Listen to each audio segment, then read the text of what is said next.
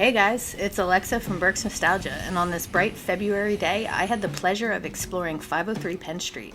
This building and its footprint dates back to the 1800s and hosted numerous businesses over the preceding centuries. In 2016, this building was purchased by Weidenhammer Systems Corp. And was redeveloped into the space you'll see today. Currently, Reading Distilling Guild occupies the first 2 stories, but before we talk too much about what's going on here today, let's talk about yesterday.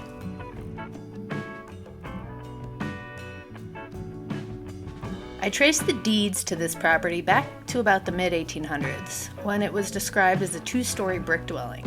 In 1872, there was a huge fire which wiped out the entire 500 block on Penn Street. The fire originated in the Stichter's hardware store building next door.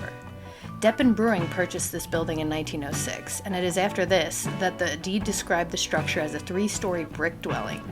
Beginning in 1902 until about 1913, a very popular establishment called the Colonial Cafe was on the main floor. The Colonial Cafe was a seemingly hopping spot, known for a Germania band which played there frequently. I had a heck of a time figuring out why the facade of this building changed. There was another fire that started in the Stichter Hardware building in June 1908, which also damaged the 2nd and 3rd stories of the 503 Penn Street building. At first, this is when I figured its facade was rebuilt. However, this October 1909 Thomas Warren Sears photo proves that wrong, as the Stichter facade is updated from its fire, but the Colonial Cafe building remains the same 3-story structure. This image from the 1920s shows the new and current facade and window structure. The property was purchased in 1913 by John J. Whitman, who used it for his company, Reading Chandelier. This is when, I have to assume, the facade was updated and an entire new 4th floor constructed. The interesting part is that even though they added a story, the height of the building doesn't appear to change. The main bay window on the 2nd, which is now the 3rd floor, was used as a display room for the chandeliers, which were easily viewable from Penn Street below. Reading Chandelier remained in the building for 4 decades until the owner, J.J. Whitman, accidentally fell down an elevator shaft in the building. He succumbed to his injuries 5 hours after the fall at Community General Hospital on December 17, 1951.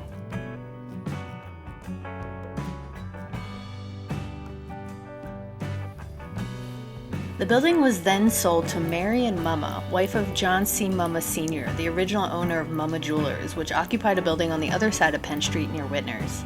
The building was passed down 2 generations to his son, John C. Jr., in 1980, and then his son, Michael B. Mumma, in 1982, who owned it until Weidenhammer purchased it for redevelopment in 2016.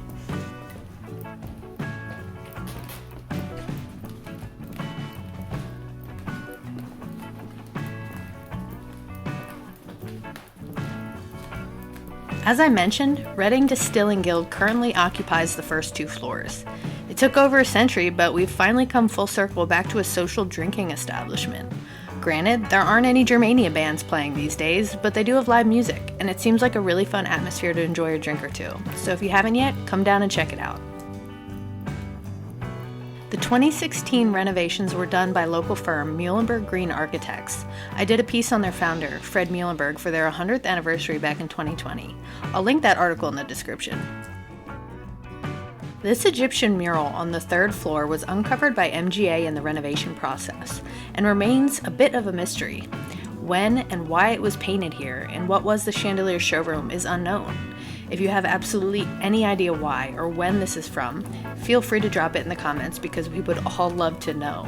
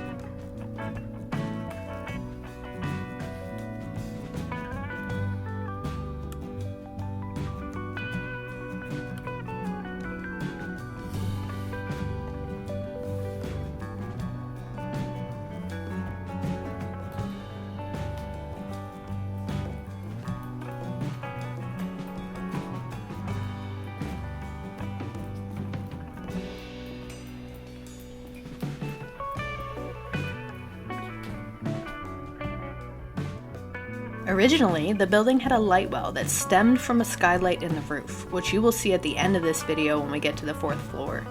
The well was in the very center of the building through all of the stories as a way to get natural light into the building.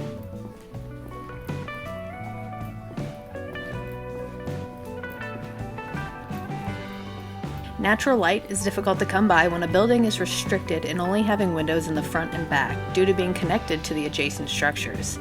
The well was taken out in the recent redevelopment to open up the floor plan, but the skylight remains.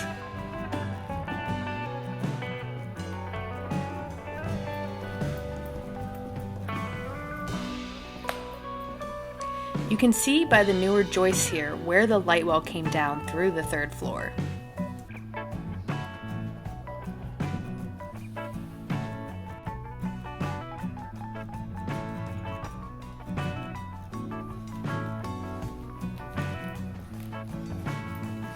MGA did a great job at opening up the space, exposing the original brick walls, and bringing it well into the 21st century in terms of design.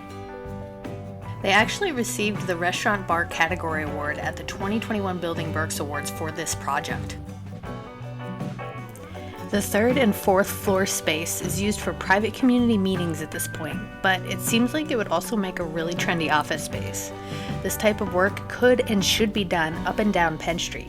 It's what these beautiful old buildings deserve, and revitalization efforts like this one are the future of improving the downtown experience.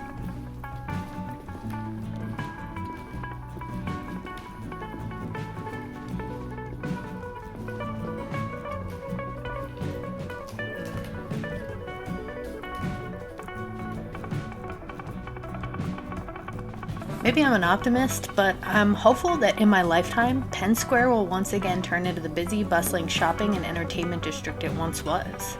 And as long as projects like this keep happening, I will remain optimistic.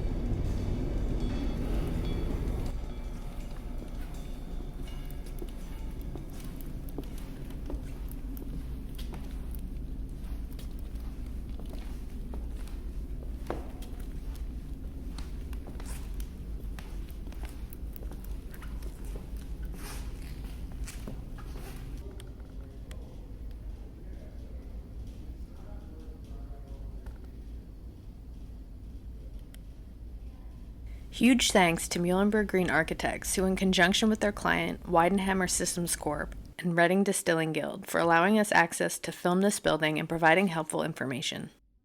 Other informational contributions to this project were also made by Brian Engelhart, George M. Miser, Michelle Lynch, and Rick Politica. Thank you for helping me piece this historical puzzle together for this video. And thank you to my viewers for coming on yet another adventure with me. See you next time.